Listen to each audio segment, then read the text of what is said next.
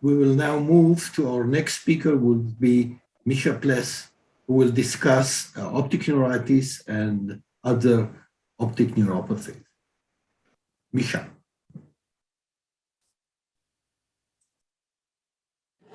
Good morning. Thank you very much for this invitation to speak at the Society webinar. My topic is optic neuritis and other optic neuropathies. Thank you to Shlomo Datan for this invitation. I am going to be discussing a very, very large topic, the essence of which is distinguishing typical versus atypical optic neuritis. As a neuro-ophthalmologist, we are busy trying to decide which optic neuritis we're dealing with. The typical optic neuritis is most people treating eye patients will know is a young patient that has monocular, acute or subacute loss of vision. Typically, if it's bilateral, there is no relative afferent pupillary defect, but when it's unilateral, there is, as a rule, a relative afferent pupillary defect. In the majority of cases, there is pain on eye movement and the optic nerve head is normal. A swollen optic nerve head, and here I mean a slightly swollen optic nerve head, is present in about a third of the patients, so it's a minority. And there is spontaneous improvement over time in 90% of patients, and the improvement is slow.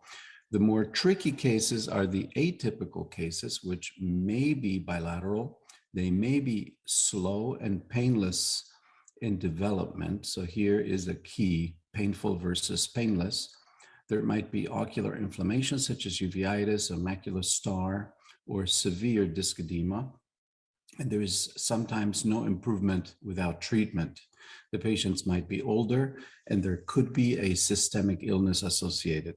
And here the key is that these are cases that are steroid sensitive. So you give steroids, the patient improves quickly. And if you withdraw steroids, the situation worsens considerably.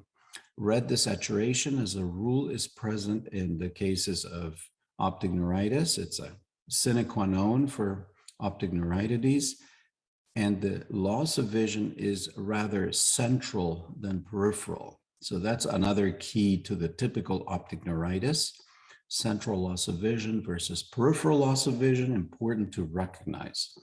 Loss of contrast sensitivity has been reported to be one of the classic findings in the typical as well as atypical optic neuritis, but it's not specific for any type of optic neuropathy. Ischemic optic neuropathies will also report patients with this disease will report a loss of contrast vision. That means that the interface between black and white is washed out. And that's that could happen in patients that have, for instance, 20/20 vision, 100% vision, like visual acuity. This is a fundus photo of a patient with optic neuritis, retrobulbar optic neuritis. That means the optic nerve head on examination looks normal or only minimally swollen. And this is, as a rule, one of the classic findings in retrobulbar optic neuritis. The old saying, a little bit ironic, the doctor sees nothing, the patient sees nothing. And of course, that is the sine qua non of an inflamed optic nerve. A bulbar or anterior optic neuritis patient will show some swelling, but here the swelling is not severe. Hemorrhages as a rule are a feature that will point toward an atypical case or an ischemic optic neuropathy rather than optic neuritis. The differential diagnosis for optic neuritis or optic neuropathies is large. This is pretty much the most important slide that I'm going to show, that when there is loss of vision due to optic nerve lesions, one has to keep this differential diagnosis in mind. And I tend to think of it in terms of 4 different categories. The top right category is the category that characterizes the patients that we see the most, demyelinating variants, neuromyelitis optica. I will speak about that in a moment. And the bottom right are the cases that we see that we don't forget: ischemic optic neuropathy, mitochondrial labor, hereditary optic neuropathy, and tumors. On the left side are the atypical cases or the less frequent situations that we see, for instance, infections. And here's a list that I can make available to you. If needed, the bacterial infections such as syphilis, Lyme, Bartonella, very rarely tuberculosis, but also with the advent of viral infections, we are seeing reports, for instance, of coronavirus infections of the optic nerve, very, very seldom, but certainly varicella zoster, herpes zoster, human immune deficiency virus, and so forth. Fungi occasionally will be associated with optic neuropathies here, mucormycosis and aspergillus, and occasionally parasites like nematodes or protozoa like toxoplasma will affect the optic nerve.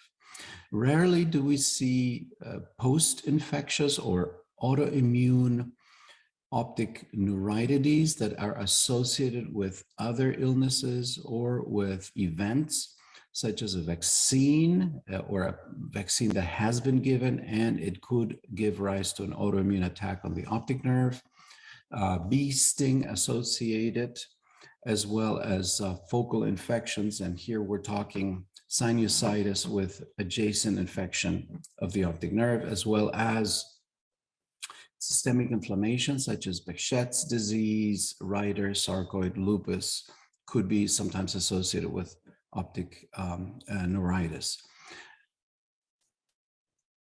Ischemic optic neuropathy is a category of optic nerve disease that we always keep in mind. The patient typically is someone with vascular risk factors, wakes up with loss of vision, altitudinal visual field defect, like demonstrated on this slide, either superior or inferior, characterizes the visual field defect.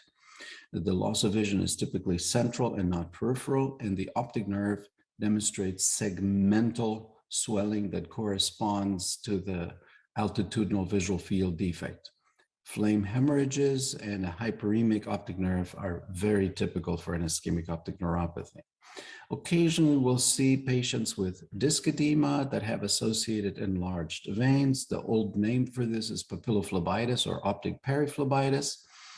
I would say this is a patient with an optic neuritis or an optic neuropathy of any type in an optic nerve head that is tight. The neuroocular junction is small and the veins dilate secondarily. So this is not a diagnosis in and of itself per se.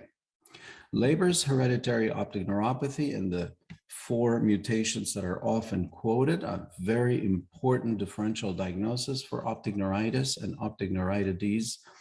The patient is typically a young male, but not necessarily exclusively, that experiences dramatic loss of vision in one eye and several weeks or months later in the fellow eye.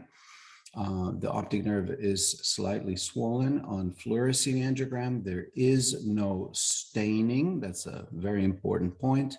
And on direct examination, one sees telangiectatic vessels sprouting or occasionally already optic atrophy or cupping. And one then looks for the genetic mutations that characterize this disorder.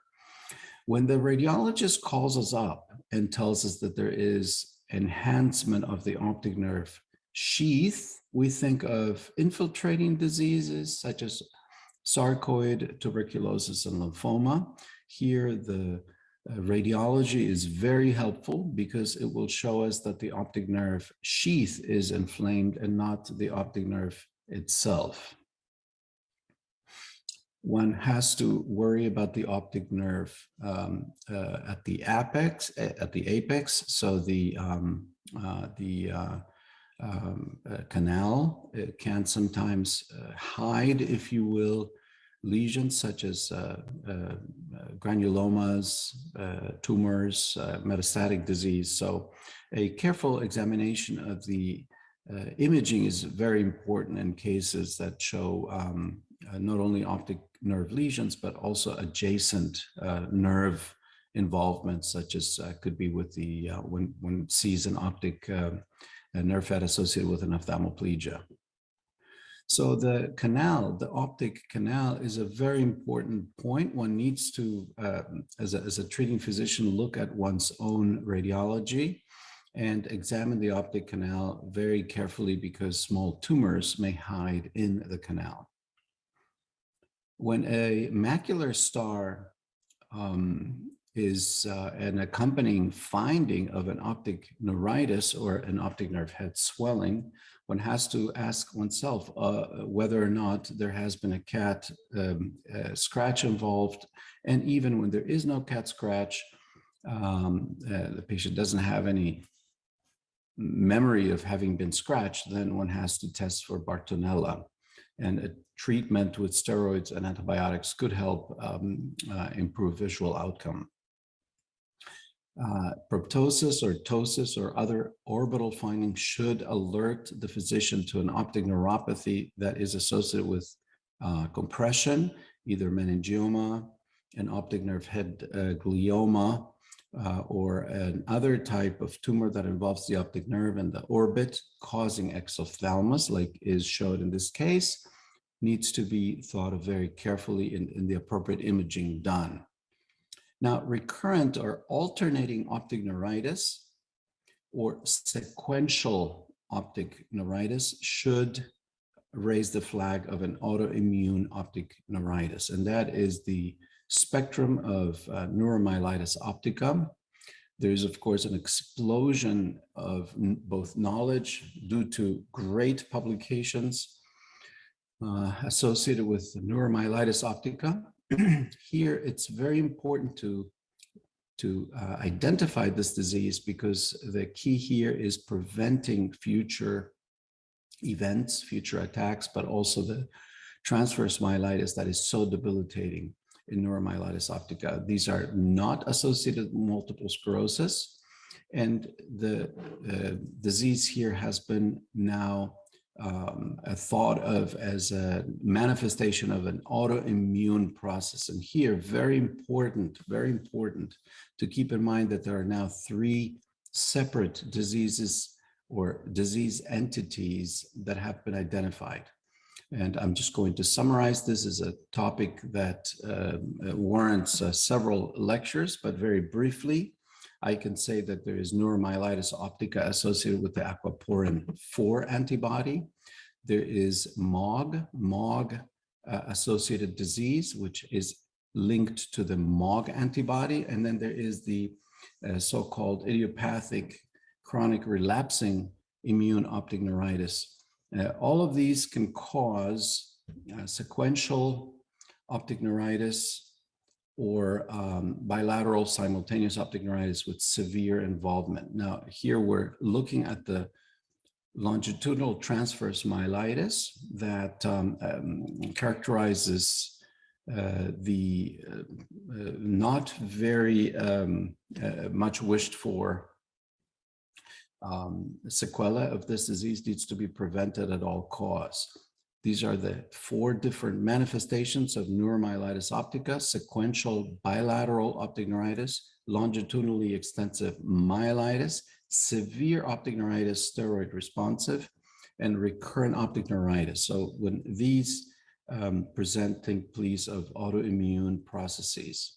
The radiology helps us tremendously. I will show you in sequence the T2 sequence that shows signal change in the optic nerve here on the right side. Again, in the apex, signal change in the optic nerve, which is important to recognize and is very helpful in the diagnosis. And gadolinium enhancement, here's T1 with that shows an enhancing optic nerve on the right side, classic of optic neuritis. It is a good and important exclusion for other ischemic optic neuropathies. Here again, a gadolinium enhanced optic nerve, right side again, here magnified, and shows clearly the difference between the right and the left side, not only as a way to enforce the diagnosis or strengthen the diagnosis, but to exclude other possibilities. Here are the axials and coronals of a given patient with severe optic neuritis associated with neuromyelitis optica. One has to remember that the optic nerve continues intracranially before it joins the chiasm. And here is a lesion in the intracranial course of the optic nerve, sometimes missed even by experienced radiologist. Here again, an intracranial optic nerve that shows signal change. And of course, the chiasm is an area of the brain that has all the visual pathways that come together. And if the slices of the MRI are thick enough, you might miss an inflammation or enhancement or even a tumor of the optic chiasm.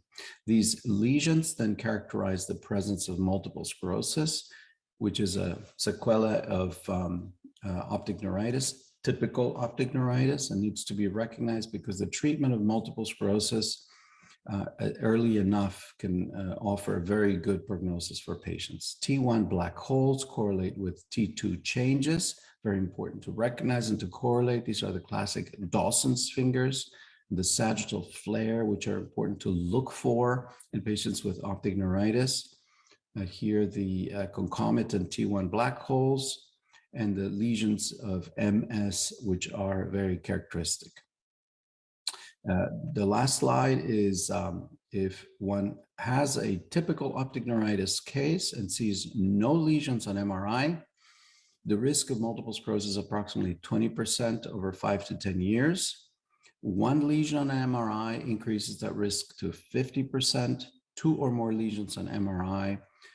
That in some cases is equivalent to the diagnosis of MS, depending on what one finds on the spine and the spinal fluid. I want to thank you for your attention.